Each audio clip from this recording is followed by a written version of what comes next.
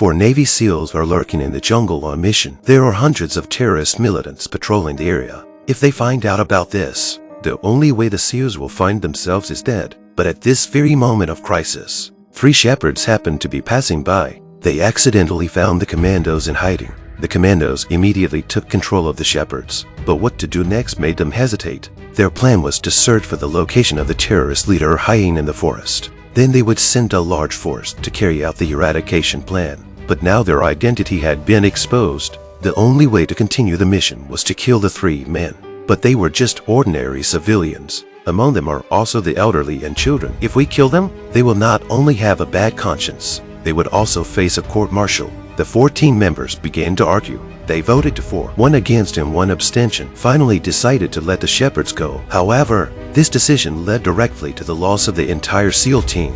The 4 men knew the plan had failed. They now had to get out of here. In order to avoid the enemy to detect the signal, they adopted an encrypted communication method and agreed to contact the base only once every 2 hours. Because it was in the dense forest, communication signal is poor. They couldn't reach the base. They had to climb to the top of the mountain in order to make a life-saving call. While the SEALs were moving quickly to the top of the mountain, a young man was also running down the mountain quickly. His speed was several times faster than theirs. He was one of the shepherds who had just been let go. What's worse is that he was also a fanatic Taliban. He was on his way to report to the Taliban leader. When the leader learned of this, he sent all his men to surround the 4 men. On the other hand, the team climbed up the hill only to find a desperate truth. They still couldn't find the signal. A large number of enemies had already surrounded them. The 4 men could only prepare for the battle. The leader soon arrived with his men. Both sides exchanged fierce fire in the woods. Although the 4 men were all highly trained SEALs, they could not withstand the large number of enemies.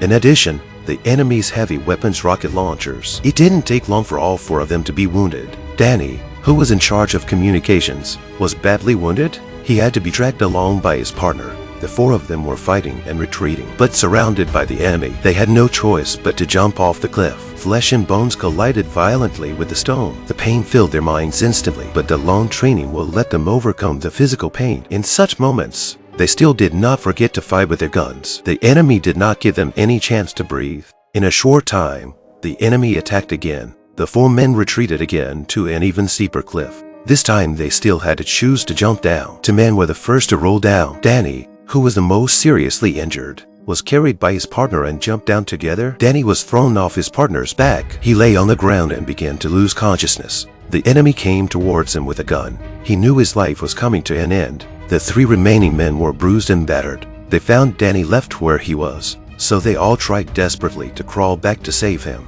But the enemy was firing at them from high above. The rocket blast exploded all around them. They couldn't even hope to save their partner. The captain knew that if this continued, they would all die. They looked up at the unobstructed hill. They decided to rush there and call the headquarters for help. There must be a signal there. As the captain, he had to keep his coolest head at all times. Rather than dying together, it is better to leave a chance for the remaining 2 companions to survive. With a resolute expression, he handed Marcus the only magazines he had left, and then rushed towards the hill. His movement was a torch. The Taliban were shooting at him. They were exposed, and Marcus and his companions took advantage of the opportunity to defeat them. The captain made it to the top of the hill, as he had hoped, and managed to dial for help. The operator at the command center immediately understood what was going on. He asked over and over again for their exact coordinates, but there was no answer on the other end of the line. As round after round penetrated the captain's body, he had completed his mission. He died an honorable death. 2 soldiers were surrounded by the enemy. They were all wounded and bruised. One had even been shot in the head and was dripping with blood. The SEAL, Axelson, was desperate. It looked like they weren't going to make it out of these woods alive. But then he smiled again. He said he felt honored to have died with his fellow SEALs. A few moments later, the enemy began to attack again. The 2 men immediately separated to find their own positions to hide. The base also quickly sent 2 helicopters to rescue them. But unfortunately, the combat helicopters were on mission elsewhere at the moment. Although the transport helicopter can transport soldiers, but they don't have any attack or defense capability. Just as the transport helicopters were dropping off soldiers on the hill, an enemy rocket launcher came in. It hit the target directly. The helicopter lost control and crashed instantly. All 8 Navy SEALs and 8 Marine Special Forces personnel on board the helicopter were killed. No one survived. The other transport helicopter saw the situation and turned back. One of the lieutenants on board became agitated. He pointed his gun at the pilot and forced him to let them go to save his men. They watched so many of their men die, but they couldn't go down and fight the enemy. The feeling was too much, and there was nothing anyone could do about it. After all, if they did fly back, may end up like the helicopter just now. Marcus and Axelson in the forest watched the helicopter fly away. Their mood changed from ecstasy to despair. There was no more chance of survival. Axelson couldn't stand up anymore. He could only crawl forward with difficulty. He fights as he crawls, until the last bullet was fired. He leaned helplessly against the tree and watched as the enemy approached. The enemy fired a fatal shot at him. On the other side, Marcus was calling out for Axelson everywhere. A rocket launcher was aimed at him. Marcus was instantly blown away. He rolled a long way off a rock. His body is covered in debris. Marcus was still conscious. He hurriedly hid himself under a rock.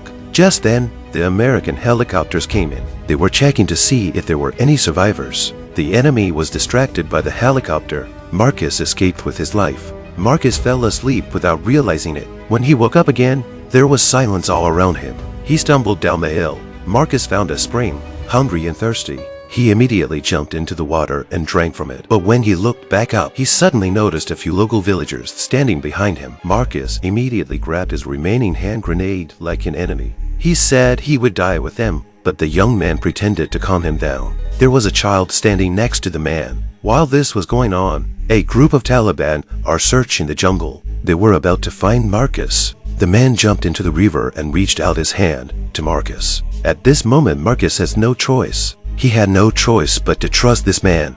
An American soldier is being carried back to his village by some Afghan villagers. Marcus had just fought down scenes of Taliban militants. He was seriously wounded and on the verge of death. But the man who saved Marcus' life was determined. He doesn't care about the frightened villagers around him.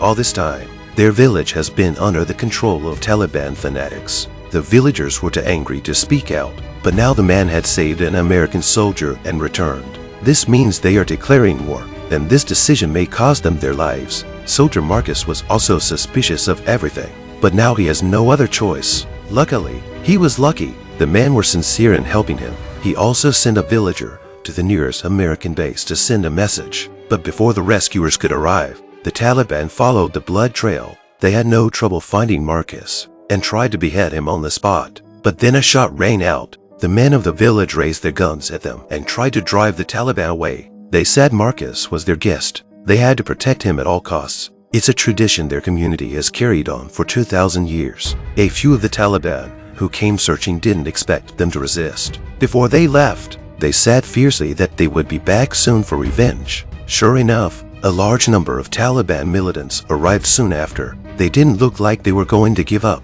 The villagers lost a lot of money fighting the Taliban. But just then, the U.S. military base that was alerted to the situation confirmed that it was true.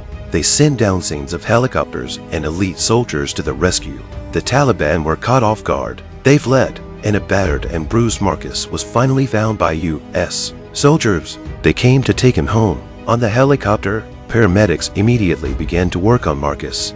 Marcus went through several life-threatening moments, but in the end, he managed to overcome death. This is probably a consolation for the 3 dead companions and the 16 who died before they could fight. As Marcus said, part of him died and stayed on that mountain with his comrades forever. But there was also a part that survived, and all because of his comrades. From now on, he lived not only for himself, is also for the dead comrades to live. The friendship presented in the film is particularly touching. This is the spirit of brotherhood that the Navy SEALs have always preached. The so-called brothers are willing to die for you. In today's materialistic era, this kind of pure brotherly love is even more valuable.